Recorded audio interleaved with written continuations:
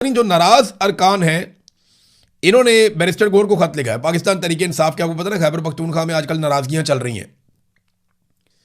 सुहेल अफरीदी ने अरकान असम्बली से मुलाकात की तो कोई कहता है 52 आए, कोई कहता है 72 आए, लेकिन इन बिटवीन है ना, फिर भी 20 से 40 लोग कम थे। हुकूमत कहती है 20 कम थे, मीडिया कहता है 40 कम थे। अब जितने भी कम थे वो नाराज तो हैं और उन्होंने खत लिखा बैरिस्टर गौहर को। और खत में मुतालबा क्या किया, मैंने आपको 2 दिन पहले एक वीलॉग में ये बताया था कि ये जब भी मुतालबा करेंगे इमरान खान की रिहाई का मुतालबा करेंगे। ये जब भी बात करेंगे इमरान खान का नाम लेकर पॉलिटिक्स करेंगे, क्योंकि और कोई तरीका ही नहीं है ना। और ये मौका सुहेल अफरीदी ने खुद दिया। देखें, सुहेल अफरीदी की अपनी गलतियां उनके सामने आ रही हैं, उनकी अपनी कमजोरी उनके सामने आ रही है। अगर वो हिम्मत दिखाते और ताकत के साथ नौजवानों को इकट्ठा करके खड़े हो जाते और डट जाते एस्टेब्लिशमेंट और उनके हरकारों के खिलाफ, तो आज सुहेल अफरीदी की सूरत कुछ और होती।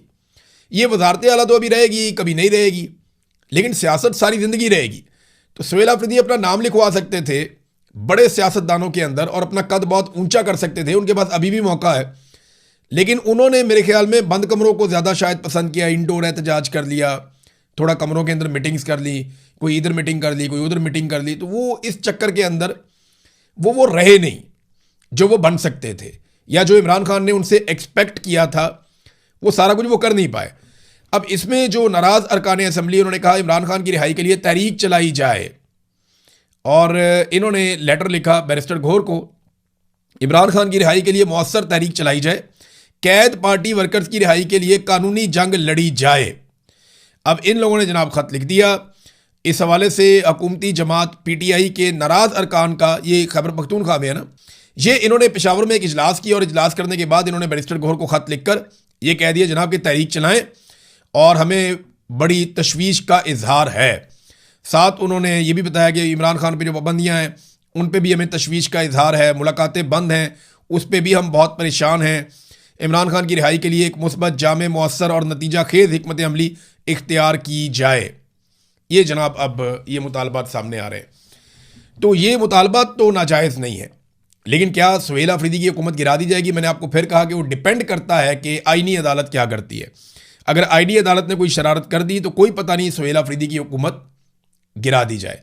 नाज़रीन, एक और बड़ी इंटरेस्टिंग चीज़ है, खैबर पख्तूनख्वा को जितना बजट मिला, आपको मैं बड़ी मज़े की बात बताता हूँ, वो खैबर पख्तूनख्वा की हुकूमत को आवाम के ऊपर खर्च करना चाहिए था ना।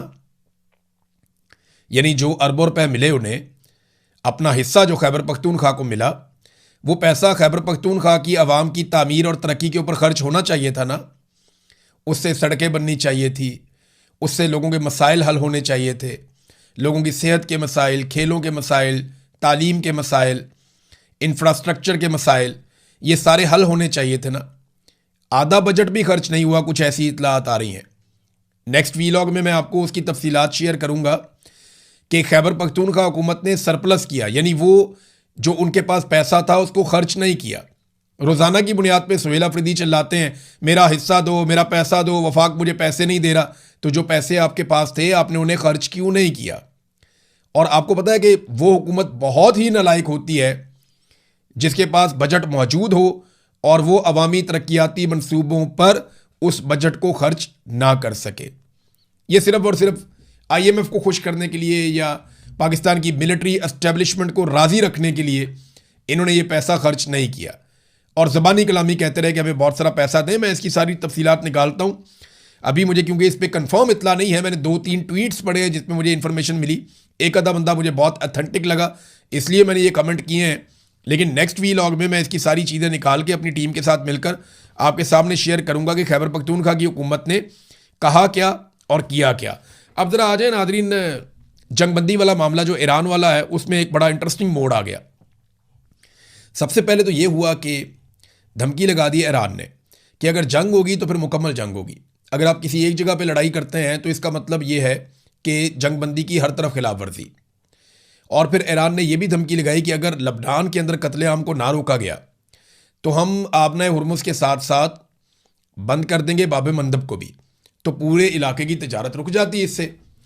लिहाजा डोनाल्ड ट्रंप ने फौरी तौर पे एक्शन लिया और डोनाल्ड ट्रंप ने बाद में ऐलान किया कि क्योंकि ईरान को इस पर बड़े तहफ़्फ़ुज़ात थे तो मेरी नेतन्याहू से बात हुई है जिसमें मैंने उनसे दरख्वास्त की कि वो बैरूत लबनान पर कोई हमला ना करें। उन्होंने अपने फ़ौजियों को वापस बुला लिया है और उनका शुक्रिया। इस तरह इसराइल उन पर फायरिंग रोकने पर इसराइल ने इतफाक़ कर लिया है। देखते हैं सिलसिला कब तक चलता है, उम्मीद है कि ये हमेशा के लिए होगा। तो डोनाल्ड ट्रंप ने फौरी तौर पर जंगबंदी करवा दी। लेकिन एक्सियस मीडिया जो है उसने एक दावा कर दिया। उन्होंने दावा किया कि डोनाल्ड ट्रंप ने नेतन्याहू को डांटा है। अमेरिकी मीडिया ने कहा कि आज सुबह दोनों रहनुमाओं के दरमियान होने वाली टेलीफोनिक गुफ्तगू के दौरान ट्रंप ने लबनान में इसराइल की बढ़ती हुई फौजी कार्रवाइयों और ईरान के साथ अमन मुज़ाकरात को नुकसान पहुंचाने के खतरे पर इसराइली वज़ीर आज़म बेंजामिन नेतन्याहू पर शदीद गुस्सा निकाला।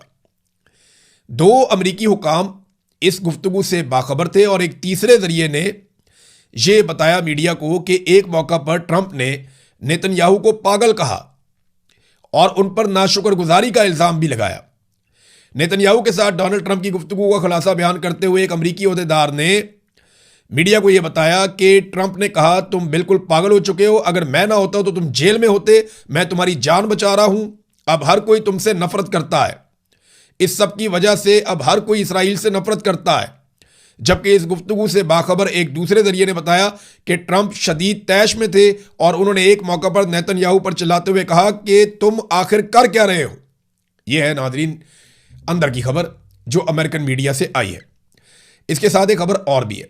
नेतन्याहू ने बाद में अपनी फेस सेविंग के लिए यह कहा कि जनाब अगर हम पे हमला होगा तो हम हमला वापस करेंगे, और यह हमने बता दिया अमेरिका को कि हमने ये करना है। जबकि इसराइली जो वुज़रा हैं वो अब नेतन्याहू पे गर्म हो रहे हैं। इसराइल के वज़ीर ख़ज़ाना ने नेतन्याहू को कहा कि जनाब या तो हम हैं या वो हैं, कोई दरमियानी रास्ता नहीं है, और फ़लस्तीनी रियासत के तसव्वुर को हम ख़त्म कर देंगे, दफन कर देंगे। कोई फ़लस्तीनी रियासत नहीं होगी, कोई हुदूद नहीं होगी, सारा हमारे कब्ज़े में रहेगा। तो इसराइली वज़ीर बराए नेशनल सिक्योरिटी उसने जो कहा, उसने कहा जी कि वज़ीर आज़म साहब आपने कहा था कि एक मजबूत वज़ीर आज़म अमरीकी सदर को बताता है जब मुमकिन हो हाँ और जब ज़रूरी हो तो ना, यानी हम अमेरिका को हाँ भी कर सकते हैं ना भी कर सकते हैं। तो उसने कहा यह हमारा वक्त है कि हम अपने दोस्त सदर ट्रंप को ना बोलें। अब वक्त है वो करने का जो हिजबुल्लाह पर हमले करने के लिए ज़रूरी और लाजमी है। हमारे जंगजू, यानी इन्होंने जंगबंदी के खिलाफ वोट दिया। इन्होंने कहा जी नहीं, नेतन्याहू को, डोनाल्ड ट्रंप को ना बोलना चाहिए, और यही प्रेशर था नेतन्याहू पे। और वही हुआ कि डोनाल्ड ट्रंप ने फिर गुस्सा निकाला नेतन्याहू के ऊपर। एक बड़ी अजीबोगरीब चीज़ हुई नाज़रीन इसराइल में, ये मैं आपको ज़रूर बताना चाहूँगा।